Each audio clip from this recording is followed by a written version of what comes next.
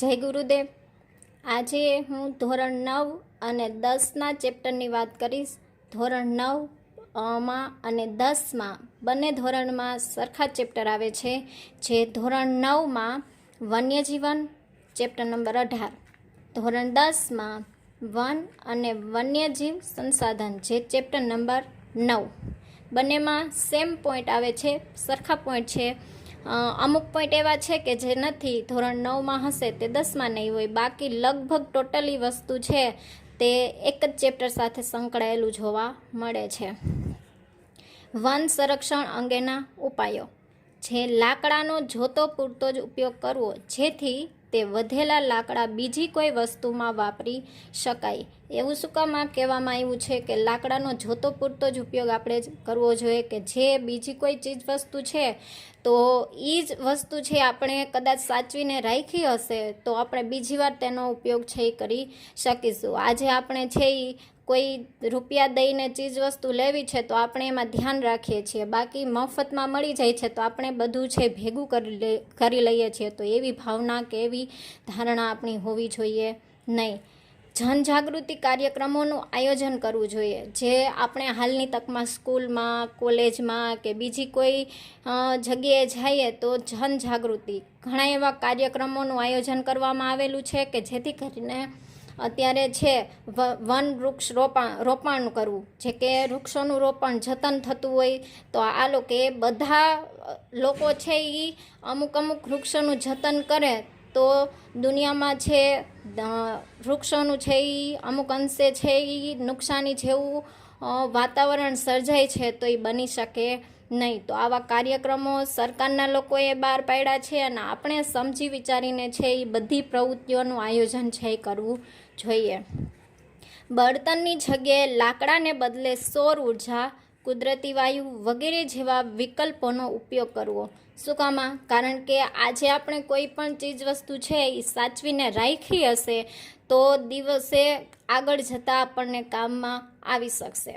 સૌર ઉર્જા છે તે તડકો છે એમાંથી ઘણી બધી પ્રવૃત્તિઓ ઉત્પન્ન થતી જોવા મળે છે, તો ખોટો આપણે લાકડાનો કે બળતણનો ઉપયોગ છે એ બાળવાની પદ્ધતિ છે એ અપનાવી જોઈએ નહીં। કુદરતી વાયુ પણ આપણને ઘણી રીતે છે એ સર્જાતું જોવા મળે છે, તો બને ત્યાં સુધી આપણને એનો ઉપયોગ છે એ આપણા જીવનમાં છે એ કરવો જોઈએ।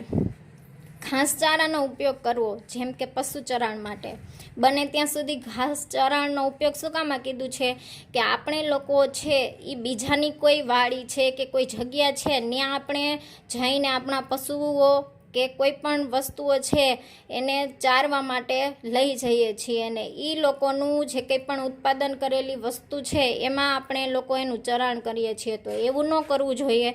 બને ત્યાં સુધી આપણા પશુઓ છે તો આપણે કોઈ પણ ઘાસ છે કે કોઈ પણ એવી ચીજ વસ્તુ છે, કોઈ પણ એવું વૃક્ષો છે કે એવી કોઈ જગ્યાએ છે એવી વાવવું જોઈએ, એનું જતન કરવું જોઈએ કે આપણને ઉપયોગમાં આવી શકે ને આપણા પશુ પ્રાણી પક્ષીઓ પણ એનો ઉપયોગ છે એ કરી શકે। જંગલોમાં લાકડા ચોરીનું પ્રમાણ ઘટાડવું જોઈએ। લાકડા ચોરીનું પ્રમાણ આપણને આ પોઈન્ટ આવે એટલે એવું થાય કે લાકડા ચોરી કોણ કરતું હશે જંગલમાં, પણ એવું નથી। જંગલોમાં ઘણી જગ્યાએ છે ઘણી એવી ચીજ વસ્તુ જોવા મળે છે જેની ચોરી થતું જોવા મળે છે ને ત્યાં સુકાઈ ગયેલા લાકડા છે એ લઈને પછી બજારમાં વેચીને રૂપિયાની કમાણી કરે છે, તો એવું કરવું જોઈએ નહીં। આપણે લાકડાનો ઉપયોગ કરવો છે, હાલો કે ફર્નિચર કરવું છે તો લાકડાનો ઉપયોગ થાય એમ છે, તો આ જગ્યાએથી મળી જાય એમ છે તો આપણે લઈ આવીને પછી ત્યાં કોઈ વૃક્ષનું જતન કરવું જોઈએ કે જેથી આપણે આપણી ફરજ છે નિભાવવી જોઈએ। જે લોકો જંગલોના લાકડાનો ઉપયોગ પોતાની જરૂરિયાતો માટે કરે છે તો તે લોકોએ વન સંરક્ષણ અંગેના ઉપાયો હાથ ધરવા જોઈએ। જે મેં વાત કરી તે આપણે એક વૃક્ષ છે એ કાપવું છે તો 2 વૃક્ષનું જતન કરવું જોઈએ। આપણામાં એટલી હિંમત હોવી જોઈએ કે અથવા તો કોઈ જગ્યાએ છે કે ચાલો કે અહીંયા છે મારે આ વૃક્ષ છે એ જોઈએ છીએ, અથવા તો આ વૃક્ષના પાંદડા છે, એના લાકડા છે, એની ડાળીઓ છે, મને ઉપયોગમાં આવે એમ છે, તો મારે કાપવું છે, તો જોઈએ છીએ તો જંગલમાં કે બીજી કોઈ જગ્યાએ એનું જતન કરવું જોઈએ, કે જેથી કરીને અને બને ત્યાં સુધી છે વૃક્ષ રોપણ કરવાની પદ્ધતિ અપનાવી જોઈએ, કારણ કે આગળ જતાં આપણને એ જ કામમાં આવવાનું છે. જો વૃક્ષો કોઈ જગ્યાએ નડતર રૂપ હોય તો બીજી જગ્યાએ વન સંરક્ષણના ઉપાયો હાથ ધરવા. એવું કહેવામાં આવ્યું છે કે ચાલો કે ઘરની સામે છે એ હાલવા ચાલવામાં કે કોઈ પણ વસ્તુ મૂકવા માટે છે એ વૃક્ષ નડે છે, કનડગત રૂપ છે, કનડગત તો ન કહી શકાય, નડતર રૂપ છે, તો એ વૃક્ષ છે એ આપણે કાપીને આજુબાજુમાં બીજી જગ્યાએ અથવા તો નડે નહીં એવી જગ્યાએ વૃક્ષોનું જતન છે કરવું જોઈએ. કરકસર ભર્યો ઉપયોગ કરવો અને સાચવીને રાખવા જોઈએ. બને ત્યાં સુધી આપણે લોકો એવું માનતા હોઈએ છીએ કે હાલોને મળે છે તો આપણે એનો ઉપયોગ કરી લઈએ, વાપરી લઈએ, ખર્ચો કરી નાખીએ, પણ એવી ભાવના હોવી જોઈએ નહીં. અમુક ચીજ વસ્તુ એવી છે કે મર્યાદિત પ્રમાણમાં એનો જથ્થો હોય છે અને અમુક ચીજ વસ્તુ એવી છે કે અમર્યાદિત પ્રમાણમાં હોય છે. મર્યાદિત પ્રમાણમાં હોય તો ગમે ત્યારે એનો જથ્થો છે એ ખૂટી જવાની અથવા તો પૂરો થઈ જવાની શક્યતા બને છે, તો આપણે એનો કરકસર ઉપયોગ કરવો જોઈએ, જેથી કરીને આપણે બીજા દિવસે કે બીજા કોઈ એનો ઉપયોગ છે કરી શકે. એના પછીનો બીજો પોઈન્ટ એવો છે કે વન્યજીવ સંરક્ષણના ઉપાયો. આપણે પહેલો પોઈન્ટ એવો જોયો હતો કે વન સંરક્ષણ અંગેના ઉપાયો. આ પોઈન્ટ એવો છે કે વન્યજીવ એટલે કે જંગલો માટે આપણો દ્રષ્ટિકોણ અને માનસિકતા બદલવાની જરૂર છે. બધા પોતપોતાના માનસિક ઉપર આધાર રાખે છે, મગજ ઉપર આધારિત સવાલ છે એ કરે છે, પ્રશ્નના આન્સર છે એ આપે છે. કોઈ સારું વિચારે છે, કોઈ ખરાબ વિચારે છે. ખરાબ એટલે કે પોતાને ઈચ્છા પડે એવી રીતના શબ્દો છે એ બોલતા હોય, તો બધાના વિચારો એક સરખા હોતા નથી. એટલે એવું કે છે કે જંગલોની બાબતમાં બધાની દ્રષ્ટિ, બધાની નજર બદલવાની જરૂર છે, બધાની માનસિકતા બદલવાની જરૂર છે. બધા વિચારતા હોય કે એક વૃક્ષ કાપવાથી શું થાય, કંઈ ન થાય, પણ ફેર પડે આજ નહીં પણ કાલ એની સ્થિતિ સર્જાતી જોવા મળી શકે. માનવ જાત અમુક બાબત માટે સરખું વિચારતા નથી. એ લોકોને એવું લાગે છે કે બધું વિચારવાથી મળી જાય છે, અથવા તો માંગે બધું મળી જાય છે. રૂપિયા છે તો મને આ બધું મળી જશે, પણ એવી ભાવના હોવી જોઈએ નહીં. આજે રૂપિયા છે કાલે નથી, કાલે રૂપિયા હશે તો પણ અમુક ચીજ વસ્તુ પૂરી થઈ ગઈ હશે, એનો જથ્થો ખૂટી ગયો હશે, છતાં આપણને મળી શકશે નહીં. તો આજે જે કોઈ પણ ચીજ વસ્તુ છે આપણે સાચવીને અને કરકસર ભર્યો ઉપયોગ કરીને વિચારીને એ ચીજ વસ્તુ છે એ વાપરવી જોઈએ. બધો જથ્થો મર્યાદિત પ્રમાણમાં હોય છે, કારણ કે ગમે ત્યારે એનો જથ્થો છે એ ખૂટી જવાની શક્યતા બની શકતી હોય છે. બધો જથ્થો એવો ન હોય કે હું માંગી કિંમતે બધું મળી જાય. રૂપિયા આપનો ઢગલો હોય તો એ ગમે ત્યારે રૂપિયાનો ઢગલો છે પૂરી થવાની શક્યતા બની શકે છે. તો આ તો બધું કુદરતી છે, ગમે ત્યારે એ ચીજ વસ્તુ છે એ પૂરી થવાની શક્યતા બની શકે. તો આજે આપણે સાચવીને વાપરી હોય તો બીજા દિવસે અથવા તો બીજા કોઈ જરૂરિયાતમંદ વ્યક્તિ હોય એનો ઉપયોગ છે એ કરી શકે. જંગલ વિસ્તારોની જાળવણી કરી તેમાં સતત વધારો કરવો, તેથી તેનો આપણે જ ઉપયોગ લાંબા સમય સુધી કરી શકીએ. કારણ કે જંગલોમાં છે એ આપણે લોકો જાળવણી કરતા નથી. ઘરની આજુબાજુમાં વ્યવસ્થિત રીતે આપણે લોકો સાચવીને કઈ ચીજ વસ્તુ રાખતા નથી. તો આ તો જંગલ વિસ્તારની વાત થઈ, તો એમાં સતત વધારો થતો જોવા મળે છે કાપવાની પદ્ધતિ દ્વારા, નુકસાની પદ્ધતિ દ્વારા. તો જીવનમાં આજે નહીં અને કાલે એની શક્યતા બનવાની છે કે નુકસાની થવાની. હાલની તકમાં ઘણી જગ્યાએ આવી રીતના થતું જોવા મળે છે, કારણ કે આજે આપણે કોઈ ચીજ વસ્તુ સાચવીને રાખી હશે તો લાંબા સમય સુધી આપણે એનો ઉપયોગ છે એ કરી શકીશું, અથવા તો થોડાક અંશે વાપરીએ તો આજે કોઈ ચીજ વસ્તુની જરૂરિયાત નથી ઊભી થતી તો કાલે એ જ ચીજ વસ્તુ આપણને કામમાં આવી શકે. પાલતુ પશુ ચરાણ ઉપર પ્રતિબંધ જેવા પગલાં ભરવા જોઈએ. કોઈ આપણે પાળેલા પશુ પ્રાણીઓ પક્ષીઓ છે એના ઉપર ચરાણ થતું અટકાવવું જોઈએ, અથવા તો ચરવાની પદ્ધતિ કરવી હોય તો આપણે આપણી જાતે એ પદ્ધતિ છે એ અપનાવી જોઈએ. આપણા કોઈ જગ્યાએ કોઈ નાની એવી જગ્યા છે તો ત્યાં એવી રીતના જતન કરવું જોઈએ કે કોઈ આપણા પશુ પ્રાણી પક્ષીઓ છે એ રહી શકે, ચરાણ કરી શકે. તો આપણે આપણા નિયમોને સાચવીને બધું કાર્ય છે એ અપનાવવું જોઈએ. શિકાર પર પ્રતિબંધ મૂકવો જોઈએ. જે સરકારે શિકાર ઉપર પ્રતિબંધ મૂકેલો જ છે, પણ છતાંય ઘણી જગ્યાએ આવું કાર્ય થતું જોવા મળે છે. માણસ પોતાની જરૂરિયાતને પૂરી કરવા માટે કોઈ પ્રાણી પક્ષી પશુઓ છે એનો શિકાર કરીને આવી રીતના રૂપિયાની કમાણી કરતા જોવા મળે છે. તો એવું કરવું જોઈએ નહીં.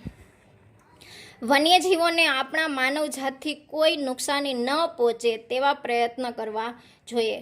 વન્યજીવો બોલી નથી શકતા. આપણો સમાવેશ છે માનવજાતમાં થતો જોવા મળે છે. આપણને લોકોને જે કરવું છે તે આપણે બોલી શકીએ છીએ, કામ કરી શકીએ છીએ, પણ વન્યજીવ સૃષ્ટિ એવી છે, કોઈ પ્રાણી પશુ પક્ષી વન્યજીવ એ બધા એવા છે કે જે જોઈ શકે છે પણ એ આપણને કહી નથી શકતા કે મને આ પ્રોબ્લેમ છે. તો આપણે એના પ્રોબ્લેમોને સમજવા જોઈએ અને કોઈ જગ્યાએ નુકસાની થતી હોય તો એની ભરપાઈ કરવી જોઈએ. કારણ કે આપણને ભગવાને માનવ જાતનો જન્મ આપ્યો છે, તો આપણે બધી કોઈ નુકસાની થતી હોય, કોઈ પ્રાણીને નુકસાની પહોંચતી હોય, કોઈ જગ્યાએ માણસને નુકસાની થતી હોય તો આપણે એ અટકાવવું જોઈએ. જંગલોમાં થતા ગેરકાયદેસરના કાર્યો, ચોરી કરવી વગેરે પ્રવૃત્તિ ઉપર વિચાર કરવો જોઈએ. અત્યારે હાલની તકમાં જંગલોમાં ગેરકાયદેસરના કાર્યો થતા જોવા મળે છે. જેવી રીતે કે ચોરી કરવી. ચોરી મીન્સ કે લાકડાની ચોરી થઈ છે શિકાર કરીને. કોઈના હાડકાં છે, કોઈના ચામડા છે, કોઈના સિંગ છે, કોઈના અંગો છે, એ ચોરીને લઈ જાય છે અને બજારમાં વેચીને રૂપિયાની કમાણી કરતા જોવા મળે છે. તો એવું થવું જોઈએ નહીં. આપણે જવાબદાર નાગરિક તરીકેની ભૂમિકા ભજવવી જોઈએ. બીજા કોઈ ભજવે છે, બીજા કોઈ કાર્ય કરે છે એ આપણે જોવાનું નથી. આપણે કેટલા કેપેબલ છીએ, આપણે શું સંભાળી શકીએ છીએ. બીજા કોઈ નુકસાની પહોંચાડતા હોય તો એને સમજાવવાનો પ્રયત્ન આપણે લોકોએ છે એ કરવો જોઈએ. એના પછીનો ત્રીજો પોઈન્ટ એવો છે કે લુપ્ત થતું વન્યજીવન. હાલની તકમાં ઘણા પશુ પ્રાણી પક્ષીઓ એવા છે કે જે આપણે ટીવીમાં જોઈ શકીએ છીએ, હાલની તકમાં જોઈ શકતા નથી. આજે વિશ્વના અસંખ્ય વન્યજીવો વિનાશ થવાના આરે છે, તો આપણે તેનો વિનાશ થતો અટકાવવો જોઈએ. અત્યારે હાલની તકમાં ઘણા એવા પ્રાણી પશુ પક્ષીઓ છે જે આપણને અમુક અંશે જે હાલની તકમાં અત્યારે ટીવી ઉપર જોવા મળતા હશે, પણ લાઈવ આપણને કોઈ જંગલોમાં કે કોઈ જગ્યા અભયારણ્યોમાં કે ત્યાં જોવા જશું તો ત્યાં પણ જોવા મળતા નહીં હોય. અને જોવા મળતા હશે તો એ અમુક સંખ્યામાં જોવા મળતા હશે. તો અત્યારે હાલની તકમાં ઘણી જાતિઓ લુપ્ત પણ થતી જોવા મળી છે અને એમાં પણ આપણો સમાવેશ થતો જોવા મળે છે. કારણ કે માનવ જાતથી પણ કોઈ પશુ પ્રાણી પક્ષીને છે નુકસાન થતું જોવા મળે છે. કેટલાય પશુ પ્રાણીઓ પક્ષીઓની જાતિઓ લુપ્ત થઈ રહી છે, તો તેનો આપણે બનતો અટકાવ કરવો જોઈએ. શું કામ? કારણ કે કોઈ અત્યારે હાલની તકમાં આપણે જોઈએ છીએ કે શિકાર કરવાની પદ્ધતિ બંધ ફરજિયાતપણે છે, એ નિયમ જ આવી ગયો છે કે એના ઉપર પ્રતિબંધ છે, છતાંય ઘણી જગ્યાએ જોવા મળે છે. તો આપણે એવું થવું જોઈએ નહીં, અથવા તો થતું હોય તો એનો અટકાવ કરવો જોઈએ.